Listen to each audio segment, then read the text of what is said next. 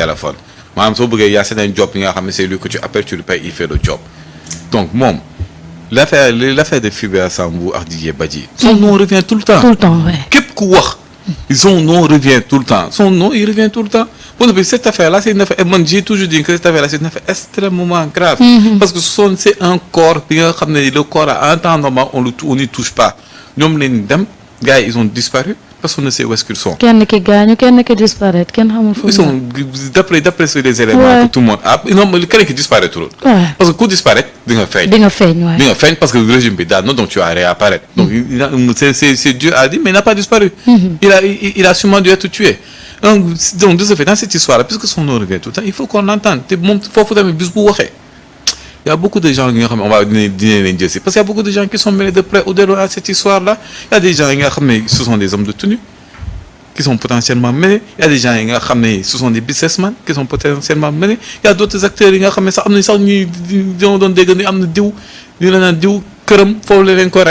après il a rasé sa maison. Donc si on va voir que il y a beaucoup de gens qui sont mouillés dans cette histoire-là. C'est des dossiers sur des dossiers qui des dossiers. Richard Pasqua dit quand vous avez un problème et que vous voulez vous débarrasser du problème, il faut créer un problème dans le problème. Si vous n'arrivez pas à faire disparaître le problème, il faut créer un problème dans le problème du problème. Gars, ils se sont retrouvés, ils n'ont pas essayé de faire disparaître le problème. Ils se sont créés des problèmes dans le problème. Vous avez des problèmes qui sont problème. Il y a 50 dossiers qui ont été khar.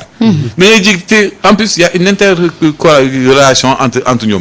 Da ngay dégg jàpp ne Saliou moo ngi tudd Samba Samba tamit tudd na Yaa Moussa ñu ñoo ne jàpp ne Marietou tudd na Samba tudd na Yaa Moussa tudd na Saliou c'est comme ça que tu vas voir ni que y a des gens yi nga xam ne ils sont dans tous les dossiers ils sont mêlés dans tous les dossiers loolu moo tax instant bi ñu yuuxu di xiiroo di ngaayo parce que ñoom xam nañ que la machine elle a commencé à fonctionner. Et que ñoom li leen di xaar. ils vont faire 50 ans minimum en prison. et Bandiaki bu demee ba nekk dos au mur nag. non saa waay c'était saa waay moo xam ne que ko tayle. ñoom fa la problème bi nag. te bu xamee ni dañ mën a tayle. maintenant tu sais dans les enquêtes policières parfois on trouve une porte. on te dit si tu parles on va dire au juge que tu as collaboré. après on verra on va te faire une remise de peine. voilà ku njëkk a wax moom la ñuy moom la ñuy signé nii nu mu tuddati moom la ñuy bàyyi loolu moo tax tu vois les dossiers arme la. dañoo ne man dama sàcc xaalis c'est vrai am naa dossier c'est vrai mais moom mun naa leen jàppale pour jàpp Saliou. waaw Saliou lii ak lii dossier moo ngi nii moi je compte collaborer avocat bi toog ne nous comptons collaborer mais il nous faut quelque chose il faut que vous fassiez un effort. Mon client est une personnalité ici et vraiment il y a certaines affaires dans lesquelles nga xam ne suñ ko si dugalee sa réputation va en pâtir. gars yi taxaw wow procureur bi et tout ça ñu xool est-ce qu'on va signer un accord ou pas nga signer accord ñu xool ñu peese déjà bala nga signer accord ñu peese li nga yor su li nga yor c'est des preuves en béton ñu ne ok d'accord mooy Yaa Moussa lu mu doon wax. nga jël dossier buux leen. et c'est le cas de l'une des personnes nga ne leen mais li nga sàcc dafa bëri il faut nga rembourser. waaw am na ko rembourser de defe am na ñu rembourser kay. nga rembourser jox sa dossier ñu baale ñu kii à collaborer ñu kii le benn protocole nga dem toog jàpp sa ñaamuur. waaw ñu naan diw lu ma tax ñëw fekk diw lu mu def si suuf. xamoo ko si ko xamoon dañ ko rëbbi moom tamit. ok doyen Samba. waaw man nag Jérôme Bandiaky. man nag contrairement ak nit ñi ni ñuy focaliser woo ci Jérôme Bandiaky. man duma ci focaliser wu. parce que des fois aussi il faut éviter yenn pièges yi. parce que aujourd'hui les gens nous présentent Jérôme Bandiaky comme un extraterrestre qui est à l'origine de tout ce qui s'est passé ici de 2021 à 2023 alors que Jérôme contrairement ak nit ñi maa ngi dégg ñuy wax yenn passage am yeeg affaire yooyu Jérôme il était gardien dans une maison aux Almadies. ah bon benn kër tubaab la doon garder bi mu jógee foofu mu am salle de sport am mairie bu Ngor jógee foofu bi ma bu salle de sport bi tëjee mu nekk videur gigot ga Jérôme bi Macky Sall di campagne en 2012 nekk candidat ci la dem renforcer seen sécurité seen genre yi nervi yooyu ci lañ ko woo mu dem nekk fa genre yi ñi nga ay les marrons du feu ci la rejoindre équipe bu sécurité Macky Sall ba ni ñu gagné après nag ci laa commencé loolu sax moo indi ñu affecté ko woon mu nekk garde rapproché Aminata Touré loolu moo ko indi. Jérôme dañ ko affecté woon mu nekk ministre Aminata Touré nekk ministre de la justice mu nekk garde rapproché ba ni mu nekkee premier ministre. quand Macky Aminata Touré bi ñu ko wàccee Jérôme maintenant il flottait autour des gardes rapprochés présidentiels mais Jérôme n'avait pas une fonction officielle amuloon une fonction officielle après par la suite gars yi ñu ngi doon wax légionnaire là tout ça c'est pas vrai peut-être que def na test yi mais defu ko alors maintenant le problème qui se pose mooy quand tu vas Jérôme avec des gradés de la police dans les manifestations et de la gendarmerie. c'est Jérôme ou ce sont les gradés kan moo ko may mu taxaw ci foofu noonu ñan ñoo ko may il n'a pas ce pouvoir-là de venir accompagner les policiers ci ay manifestations bay def yenn amul pouvoir boobu il y a forcément des gradés qui l'ont utilisé pour ay objectifs bien déterminés et nag foofu la ñu war a focus quels sont ces gens-là qui ont utilisé Jérôme ak te du Jérôme rek de yéen a ngi fàttaliku le fameux numéro 9 moom laa doon wax léegi moom la voilà sëñ Saliou doon soulever léegi moom la doon soulever. numéro 9 am na fi ñoo xam ne ba tey seen vidéo ñu ngi circuler ci ay manifestations ñu yéeg ay pick-up les pick-up là à l'époque on les avait identifiés ñu nekkoon ci garage yu Dakar dem dikk ba moom la ñu jox chef de village yi après.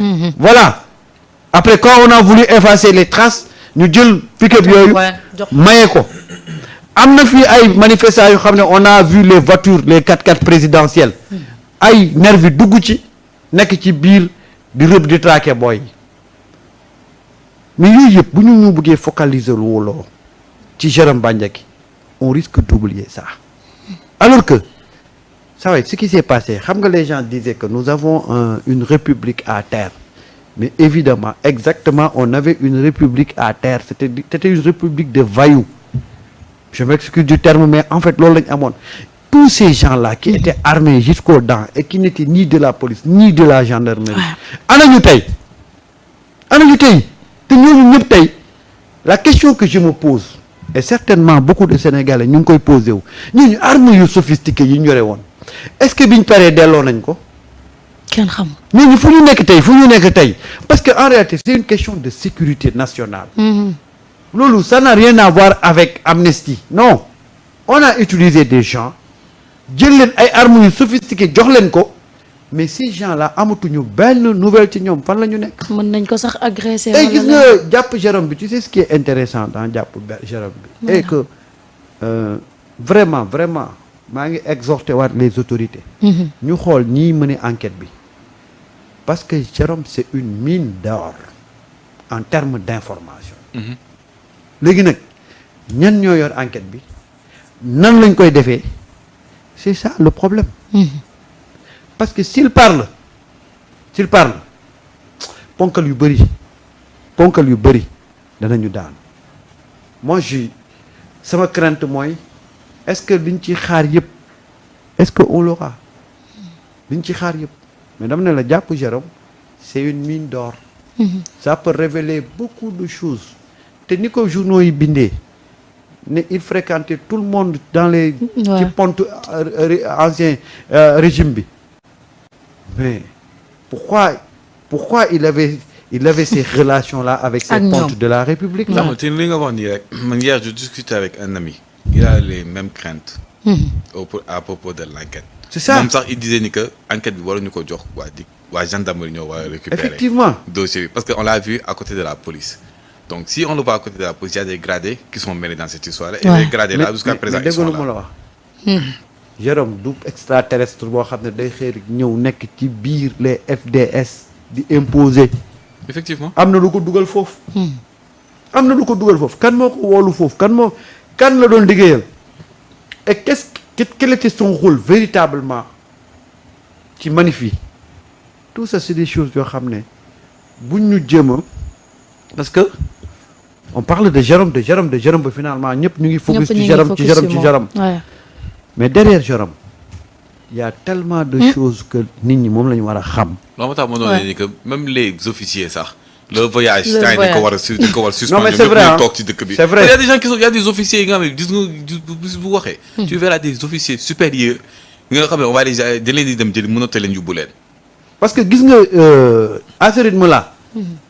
gars yi dañu bëgg a gëmloo ne tous les salles bi boulot c'est Jérôme.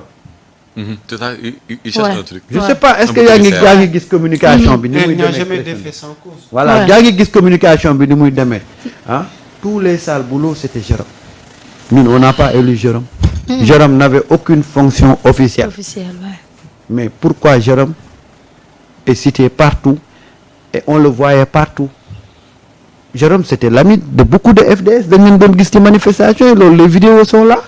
kan moo ko may sañ-sañ boobu. ak pouvoir bi. ak ak pouvoir bi.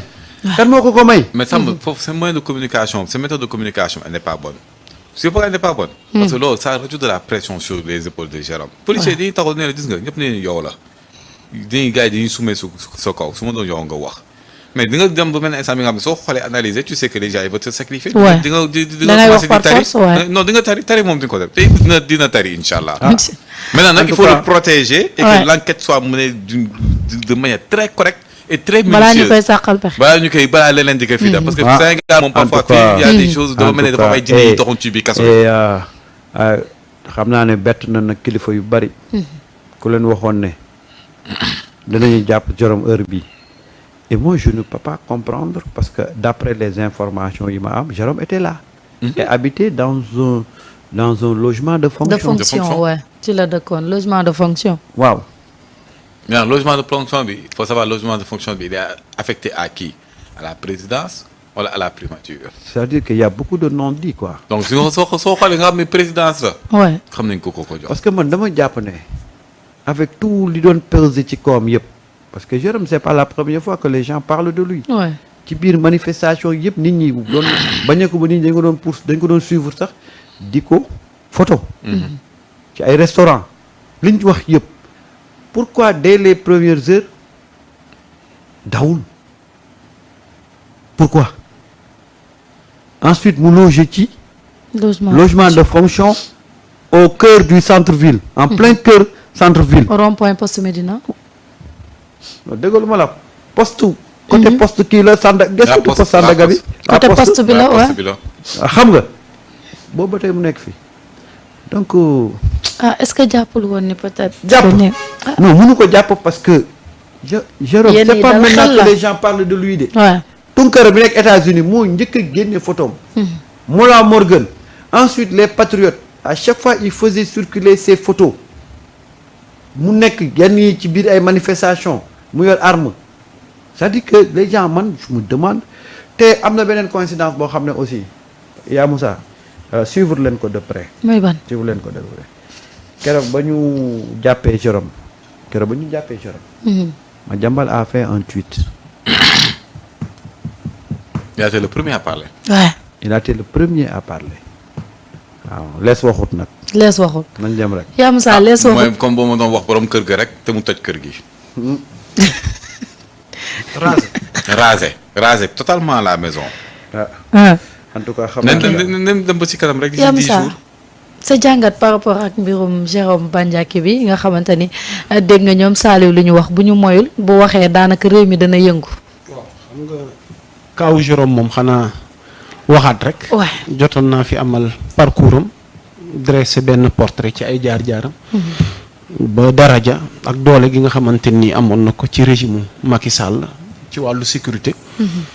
mais doyen am na lu bëri lim ci dolli léegi mais encore une fois ñu rappeler ci wàllu xibaar garde à vue am prolongé nañ ko. ouais donc loolu tamit c'est important de le rappeler que procureur bi donc ci ay instructions donc procureur de la République mais il faut rappeler aussi que aucune charge fi mu ne nii pesé wul ci ndoddam donc rien n'a été retenu pour le moment ci ñu wax ni lii la def wala deful lii donc ba tey audition ak enquête baa ngi dox di wéy parce que nekk na élément boo xamante ni ragal nañ ni nag ndax tàmbali na wax sax naam ndax mbirum passeport gi ma fi soulever léegi defe naa doyen revenir na ci circonstances yi parce que à un moment donné bi Mimi Touré di am taxawaay ci régime gi weesu ba ni muy nekkee premier ministre Jérôme bokkoon na ci ñi nga xamante ni tax dafa leen wax ni maanaam ci circonstances yooyu leen ko joxee li nga xamante ni moom mooy passeport diplomatique yi mais damay ragal boîte à Pandore moom moo nekk ci mbirum Jérôme Bandiaky te du ñàkk xëy na enquêteurs yi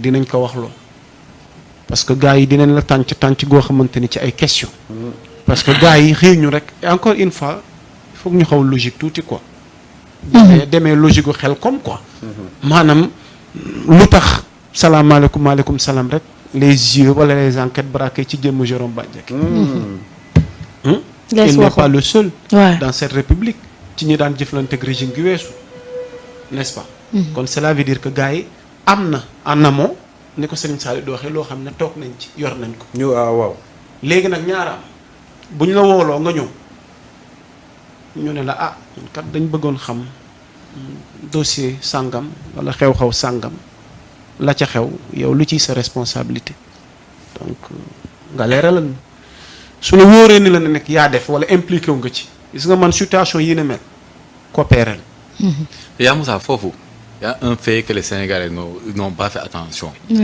Jérôme joxuñu ko convocation.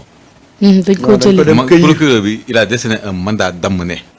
maanaam dañ lay ñëw dañ lay jël si par force. da ngay bàyyi li ngay def yëpp nga ñëw nga topp ñu. heureusement qu'il a coopéré parce que tamit risque amoon na ci.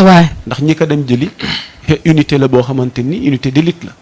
non c'est pas n'importe qui qu'ils envoient dans ce benn Saliou kii nar a dem jëli benn Saliou wala dem jëli benn Saliou loolu du bokk d'autant plus que ak arme yi mu yore aussi voilà donc ragaloon nañ c'est vrai que son avocat a dénoncé façon bi nga xamante ni moom lañ ko cueillir parce que amoon nañ ci yéeni humilier ko parce que c'était devant sa femme et ses enfants c'est normal alors man daa damm ne nag su la fekkee moom da lay bu taxañ la ne la ñu dem donc mais mbirum Jérôme Bandiaky mais El Hadj Diouf ça c'est pas une première cette pratique là booy patriotes yi bu ñu leen doon jëli mais da nga naan benn terroriste la gars yi di jëli waaw ndax seen façon yow et puis tu sais les agents là ils sont tellement assermentés xam nañ ban type de personne la ñuy jëli ak bu ñu ko jëlee lan moo leen di mën a fekk parce que d'après les informations il y a eu de la résistance il y a eu de la résistance et je sais que s'il n'y avait pas cette résistance là xëy na cette volonté de voilà altercation bi am du am parce que voilà quelqu'un qui quand on te dit que Jérôme la ñuy jëli c'est pas Samba Ndiaye la ñuy jëli déedéet donc il faut que nga jël say matukaay un Samba bon t'as pas besoin d'envoyer deux policiers un seul il peut amener Samba Ndiaye ah te suñu de waxtaan ak yow ne la Samba kañ rafetal te man bu ñu ma woowee téléphone sax ma ne leen fu ma leen di fekk moo gën a gaaw moo gën a gaaw xam nga mais en tout état de cause li la kii wax rek te kii wax ko jëli bi ñu jëli Jérôme ak li tax ñu jëli ko ça veut dire que gars yi dañu am lu ñu dajale ba pare ne nag nañ dem jëli ko waaye de xam naa ci lenn moom bu waxee waaw mooy boîte à Pandore bi ma bu waxee dëkk bi dana yëngu de li gars yi di wax dëkk bi dana yëngu du ma ci mën a sori la ma ci waxoon te dolli ko ci nii ak situation bi xam mu toll ci ñu bàyyi enquête bi dox wi waaye nag Jérôme rek lañ dégg turam moo waral coow li moom lañ gisagum waaye nag ay Jérôme yi Jérôme ñu ngi ci ginnaaw Jérôme ndax la def Jérôme numéro 9 moo ngi ñëw numéro 9 moom numéro 9 kenn moom du sori la def Jérôme waaw du Jérôme Jérôme tey fii mu toll nii ba ñu naan Jérôme du moom dafa am ay nit yu def Jérôme man daal li ma gëm pour ma daaneel encore une fois coolee bëri rek waaye di ngeen gëstu ci lu bëri tudd ñu bëri jàpp ñu bëri waaye mbir mi yàgg-yàgg dana dellu ci ndey mbill gi lu mu ci mënti non effectivement mais c'est ça le but sax dana dellu ci moom de mais que celui qui est responsable de tout et qui dit qu'il n'est responsable de rien soit responsable de tout lu mu ci mënti doon ay bés yi ñu dëgmal dinañu xam fan la wànnent di mujjee gëtam yaakaar naa nekkul suñu ginnaaw suñu kanam la nekk Saliou du ñu jeexal te waxuñu ci mbirum législative yi nga xam ne jàpp nañ ko le 17 novembre 2024 ñu gis ni nag ndaje mi nga xam ne moo doxoon ci ministre de l'intérieur ak acteurs politiques yi ak société civile bi opposition bi moom dañ ko buude dégg nañu sax ci kàddu yi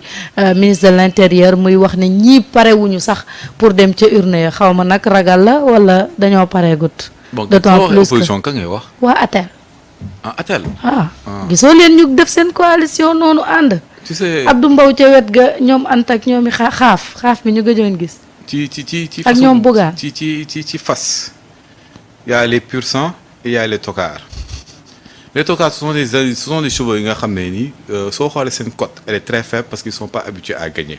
Ils ont très peu de chances de gagner quelque chose. ñoom ñooy takkaari. non c'est ça qu'on appelle ci fas yi tokaar ci course yi loolu moo tax ngay dégg par PMU. dina naan façon naabu góor bi wala numéro 7 tokaar bi tey def na exception gagné na. bon waa ATEL moom soo xoolee sax seen composition mais ñii waa 2% ñoo tase de. ak 1%.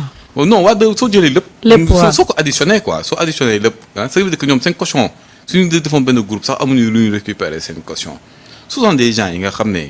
soo xoolee seen biir seen coalition bi yéen a nga xam ne il pèse rien du tout ñoom lan lay mën def conférence de presse woy wax jeex na. ak tweeté waaw wala nekk ci biir Facebook bi di dagg sente ak xale yi loolu mooy seen spécialité yéen a nga xam ne moom on les a vomis ils sont morts politiquement te ñoom ba léegi dañoo yaakaar ni que dans le tour de passe-passe et le tour de magie ils peuvent s'en sortir. Troisième catégorie dafa am ñi nga xam ne ils ont la prison qui pend sur leurs épaules mooy seen épée de Damoclès instant bi dañoo bëgg a gëmloo Sénégalais yi ni que ce sont des opposants politiques ñi nga xam ne bis bu seen dossier yi génne ñu jàpp leen yóbbu leen ñu opposition politique ñuy opposé moo tax ñu jàpp ñu tëj ñu. trois catégories yooyu ñoo am biir coalition boobu. une quatrième catégorie bi nga xam ne ni ce sont des opportunistes. xam nañu que ñuy àndal ñii ñëpp ñi naa qui sont morts politiquement gars yi wóoratuñu leen ñi naa yi nga xam ne dañuy dem ci kaso ba et que loolu yëpp soo ko xoolee à un moment donné ils seront propulsés de l'avant et ils pourront soi-disant être les leaders de la coalition là loolu kese la coalition moom bukki la mi nga xam ne ni benn morceau yàpp lañ bëgg a séddoo te morceau yàpp boobu duñ ci am ne lu bëri suñ si yaakaaree dara tamit duñ si am lu bëri parce que c'est une coalition bi nga xam ne au fond soo calculer seen poids il pèse pas grand chose maintenant nag coow bi rek moo fi bëri. coow bi moom bëri na parce que c'est tout à fait normal on dit que les tonneaux vides font le plus de bruit. te ñoom soo xoolee bu baax amuñu électorat amuñu masse suñu woote ay maire ñoo fay nekk te maire yi moo xam ne lan moo leen di déplacé lool. donc cette coalition là ils sont pas prêts le ministre de l'Intérieur a raison ils sont pas du tout prêts pare wuñu coow bi yëpp mooy pare wuñu te instant bi nii ils sont en train de trouver. ñoom nee na le 27 dañuy wàcc ci mbedd mi de parce que lii dañu bëgg élection yi transparent dinañ dem ci këru diine yi foofu le au préfet de Dakar na leen bàyyi ñu def na leen bàyyi ñu def seen wàcc. même ne préfet bi na leen bàyyi ñu def seen wàcc dama bëgg a wàcc ni préfet bi di bàyyi def yéen journaliste soo leen demee. ñu laaj leen booy yi fa nekk ñaata leen jox. on a vu ici le dernier meeting ici de soi-disant du chef de l'opposition booy naa 1500 leen jox. nga xam ne non loolu c'était pour añ bi la woon. donc soo des gens qui ils ont une habitude ils ont ce qu'on appelle le bétail électoral dañuy fay ay nit déplacé leen jox leen sandwich t-shirt. ak pancarte ne leen acca jox la kii 1500 ñii 2000. waa bien bi 5000 wala 10 000 francs ci mairie waaw donc après ça finit comment yow da ngay gis benn leader politique bi nga xam ne ni suy def campagne. ay tonne nit ñoo koy topp. te joxu leen jour vote bi ay 0,3 0,5 la am. amul sax parrainage am lu mu war a am le nombre de personnes qu'il avait durant son parrainage amu ko ci élection bi. te bii sax amul parrainage. soo amee 15 millions nga ñëw nga joxe si je me trompe pas. c'est 15 millions soo amee 15 millions nga ñëw nga joxe mais ces gens là bay ñii di ay jouekatu bii lañ. il joue au égat mooy booy nekk ci bopp comme il joue égat. Abdou Mbow bi ma gis ci leader yi. Abdou Mbow day sóob. ci leader yi nag il est leader de quoi. quand man j'ai toujours dit que Abdou Mbow c'était le pion de Macky Sall. quand tu entends Abdou Mbow parler. peut-être qu'ils sont à la recherche de légitimité. Bonne légitimité. Non, j'ai bien précisé. Même s'ils sont à la recherche de légitimité. Ils sont à la recherche de légitimité parce que comme tu l'as si bien expliqué xam nga man. j'aime juger les hommes politiques en fonction de leurs statistiques. wax naa ko fi waxatu ko fi. xeebluwuma kenn tuutaluma kenn mais xel du nangu. jogante yi ñu jóge laataa ñuy jëm ci yeneen jogante dañuy am rapport jogante yi ñu jóge ñooñu ñëpp boo leen boole 2% yi ngay wax amuñu ko man j'aurais pu comprendre un Amadou Ba qui a une certaine légitimité aujourd'hui ku ne xam na ni fa nu génn am na taxawaay wam ca amoon am na lu mu jot ca taxam kooku gisuñu ko sax déjà ci seen wet n'est-ce pas et tamit yow wax naa ko sànq les hommes politiques ñoom bëgguñu toog bañ a def dara parce que il faut que à tout prix ñu jéem a exister et que dañ am base politique boo xamante ni tamit xëy na commencé na di leen wàcc commencé nañ xam ne ni vraiment ñi ñu amaloon affaire vraiment mais attends et tamit système bi fi nekk ak ñi doog a ñëw ñoom it tamit dañ nekk ci benn logique bi nga xamante ni tey jii nii on va vers des échanges yoo xam ne ñii tey dañuy bëgg a maanaam asseoir seen majorité absolue au niveau de l'Assemblée mais ñoom fi mu ne nii ils veulent dañ ci bëgg profiter parce que entre temps am na xew-xew yi dal Sénégal ci ay jafe-jafe xëy na ñoom itamit dañuy bëgg gëmloo askan wi ne leen li leen dal. tu sais même xew-xew yi dal Sénégal entre temps. si je regarde bien c'est comme par exemple sama dernière discussion bi ma amoon la personne essaie de nous faire croire ni que y a des problèmes qui sont passés que ñun waa coalition bi ak le président de la République le premier ministre ak le gouvernement nous sommes responsables mais il y a des choses yi nga xam ne ni fii ba 2025 2027 am na yu bëri nga xam ne dafa nar a dal. c'est à cause du régime précédent. quand tu sais ni que par exemple le service de la dette entre 2025 et 2027 il va augmenter parce qu'ils ont passé tout le temps à emprunter de l'argent 2025 ça fera un an de. 2027 ça fera 3 ans ou 4 ans donc tout ça là il y a des conséquences qui sont derrière ces gens-là même légitimité sax amuñu ko un Abdou Mbow qu'est-ce qu'il pèse fa mooy fief électoral fuy base am. Anta Babacar Ngom. Anta na dañuy jàppale. Anta moom su moom Khalifa Sall taxaw am na kii de Khalifa Sall nga xam day jaawale tur yi di retaan. ba pare fàtte sant Anta. fàtte ay sant. Khalifa à son âge moom il est en train de s'humilier de jour en jour. moom xeex na 1900 xaw ma ñaata ba 2024 mënu fexe ba bàyyi. mu foog ni que non laisse ko bàyyi ko borom sac noir bi. bàyyi ko foofu avec son sac noir. est-ce que tam nu ñu ko jàpp parce que bu ñu ko jàppee camping car la nekk quoi. xale yi nee na procureur bu ko jàpp day bañ def élection nañ ko bàyyi na wax lu ko neex ci réew mi bu kenn la. mais Bougane n'est jamais parti à une élection. mais bii dina dem gis nga Marietou ce sont des gens yi nga xam ne politiquement ils ne pèsent rien ou politiquement ils sont morts. yi nga xam ne politiquement ils sont en déclin ils ont perdu tout leur électorat il ne reste que maire yi. maire rek mais ay Pape Djibril Fall ñi ngi doog a door te mi ngi ci biir. Pape Djibril Fall personne ne lui fait confiance. mi ngi soog a door amoon na benn député bii passé kon bii di ñëw mën na amaat benn. Pape Djibril au départ il avait eu un très bon départ. waaw il avait eu un bon départ mais Pape Djibril a fait beaucoup d'erreurs. Pape Djibril a fait beaucoup d'erreurs de communication et des choses yi nga xam ne ça relève même pas d'erreurs de communication c'est de la manipulation. moom moo dugal boppam ci lii yëpp gis nga la politique actuellement au Sénégal ku yaakaar ni que c'est comme on fait comme bu ñu doon politiquer auparavant politique boobu mooy continuer di fonctionner tu n'auras rien tu te mets le doigt dans l'œil il y a une mise à jour de la politique qui s'est passée yow tu peux pas ngay ànd nit ki nga xam ne hier tu le critiquais de tous les mots tey nga bëgg a ñëw ne dañuy war a ànd ak moom di demee ànd ak kii parce que ñii ils sont en train de faire un coup d'état constitutionnel mais yow tu n'as kii nga xam ne dafa démissionné woon parce que nee na moom am vision méngoowul ak le gouvernement en place nga bàyyi ba 2024 ñëw l'ancien le gouvernement est tombé nga da ngay ànd ak ñoom mais il faut être sérieux tamit il y a des alliances yi nga xam ne c'est plus des alliances contradictoires mais ce sont des alliances malsaines te nit ki tamit dafay moncu di ànd ak ñenn nit yi nga xam ne ils traînent une réputation wala ils traînent des cadavres dans leur ils ont des cafards dans leur placard mën a ànd ak nit mi nga xam ne nit il y a 6 mois de cela moo fi nekkoon di def lu ko neex mu daanu ñii ñoo yàq dëkk bi nga bëgg tout ne naan da ngay ànd ak ñoom pour créer une coalition lan la coalition lan la il faut être sérieux il faut faire de la politique sérieusement tamit. dans sama. waaw sa xalaat par rapport ak li ñu gis atel gis nañu sànq ni ñu buudewee li nga xam ne moo di rencontre bi ba le ministre de l'intérieur sax jàpp na ni ñii parewuñu opposition bi pour mën a dem ci élection yi. waaw man damay convoquer rek lu Bassirou Diomaye Faye président de la République waxoon keroog ba muy dissoudre assemblée nee na l'ordre politique sous mon magistère ne supplantera jamais l'ordre légal moo ko wax keroog nee na lu ñu mënti def ci wàllu politique du ñu mos a toog bay salfaañi l'ordre égal mooy constitution beeg lu ni mel loolu lan lay firndeel que yoon moo ko may mu tas assemblée yoon may ko mu fixer élection yi le 17 novembre ñu nekk ci processus boobu ba tey amul kenn koo xam ne rek mën na wax ne yaa un parfum de soupçon wala am na benn acte bu ñu teg boo xam ne dafa jëm ci dans le sens de élection yi bañ a transparente amul moo tax man keroog ma leen gisee ñu dajale si seen ruq boobu naan dañuy teg plateforme pour la transparence des élections mais nañ ma wax benn acte wala benn signe boo xam ne dafa jëm ci wàllu woowu yow ku moom xar mi nga bàyyi buum bi lan lañ fi tegagum comme acte boo xam ne dafa créer benn climat de suspicion ci tenue élection yi 17 novembre nañ ma ko wax rek buñ ko gisee rek nañ ma ko wax léegi nag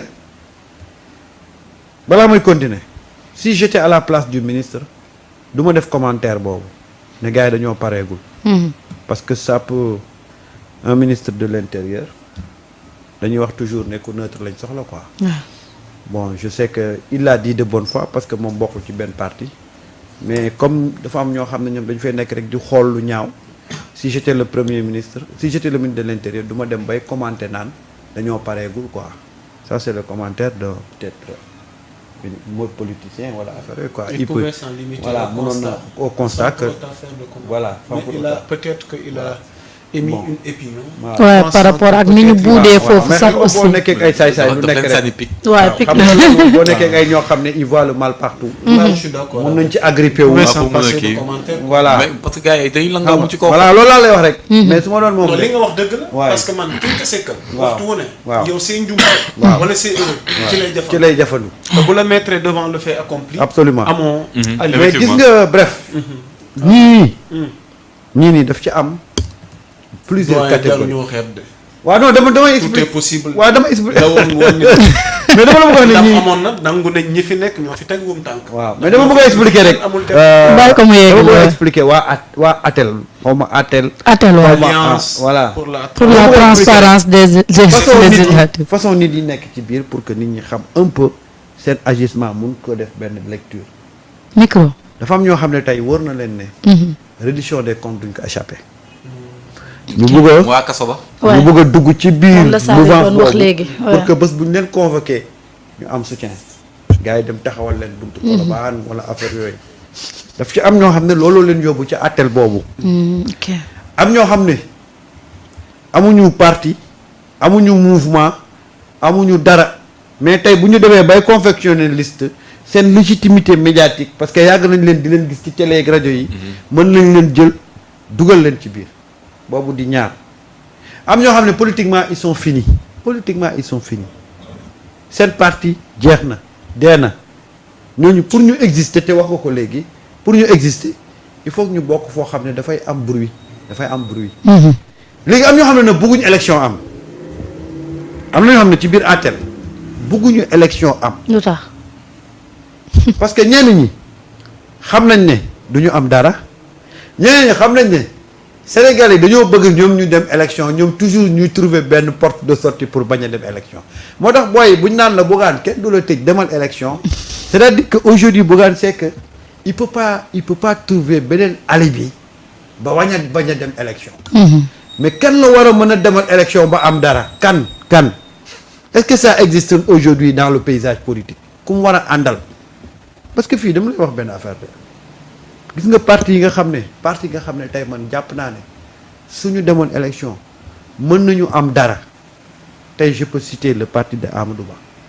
je peux citer le parti de Serigne Moustapha Sy. parce que c'est des partis yoo xam ne dañoo topp di liggéey Amadou Ba quoi qu'on dise mais Amadou Ba est en train de travailler il est en train de travailler ña daje woon keroog nag ñuy wax waa ATEL. te gisuma fa sax PPD ci Fall. tey dama lay wax benn affaire. fan yële passé ñaata nit ñoo def défection ci rang yu taxawu Sénégal ba léegi ñu ngi continuer di bàyyi. ba tey ji ba léegi ñu ngi bàyyi parce que aujourd'hui ñenn ñi nga xam ne am nañ tuuti xaw nañ am tuuti lecture politique mais ñu ngi xool nan la ñuy jéem a négocier ak parti socialiste pour créer ñoom seen coalition dem parce que xam nañ ne taxawu ne fait plus vendre. taxawu mënatul taxaw fenn. à part peut-être. waaw Barthélemy. tey tu prends un Thierno Bocoum. Thierno Bocoum qui est derrière lui. moo caaxal ñëpp. Pape Djibril Fall. quelqu'un que j'apprécie beaucoup. mais je suis désolé mais Pape Djibril Fall il va ci lan lay reposer wu tey pour mun a dugg biir assemblée nationale ci lan. comme ni mu defoon rek ba am benn député. déedéet ni mu defoon contexte yi duñ benn. pas la même chose. contexte duñ benn. yaa ngi dégg parce que aujourd'hui c'est la coalition Diomaye 2024 moom mooy dem pour wuti majorité alors que bële Macky Sall moo doon wut majorité te boobu Macky Sall avait perdu le terrain. moo tax l'électorat était disloqué donc n'importe qui pouvait se retrouver député du benn contexte bi dafa am ñoo xam ne ils partent majoritairement ci affaire yi muy coalition Diomaye 2024 ñooñu mais tey boo gisee Pape Djibril Fall demoon assemblée nationale c'est parce que y avait un ballottage. Macky Sall dafa perdre woon. plus fort reste la woon. je pense que plus fort reste la demee de. xam nga. Rogadu. voilà xam nga loolu. du benn ak contexte bi contexte bële Macky Sall perdre woon na terrain bi donc ñu ngi doon wax ne dana am ballottage. xam nga. comme Abdou Mbow. yaa dégg kay mën na nekk ci waa. Bougane buy dem kan lay àndal fan la jëm. xam. ah léegi nag gis nga ces gens là. tey man Bougane noonu bëgg nga xam foo muy base am. non tale wax ba léegi. boo ko naree gis nga boo ko naree. ak xam dëkk bi nag. wër àdduna bi boo naree wut base. daan wax ay waxu ci boo ko gis nga boo naree est-ce que dafa tax waa Kajoor wala ci non xam nga non gis nga xam nga. Bougane n'a pas encore de légitimité politique. amul base. amul légitimité politique. je suis désolé amul base. li may amul wax tout le temps. Sénégal moo neex rek. ku jóg wax mais il devait pas parler.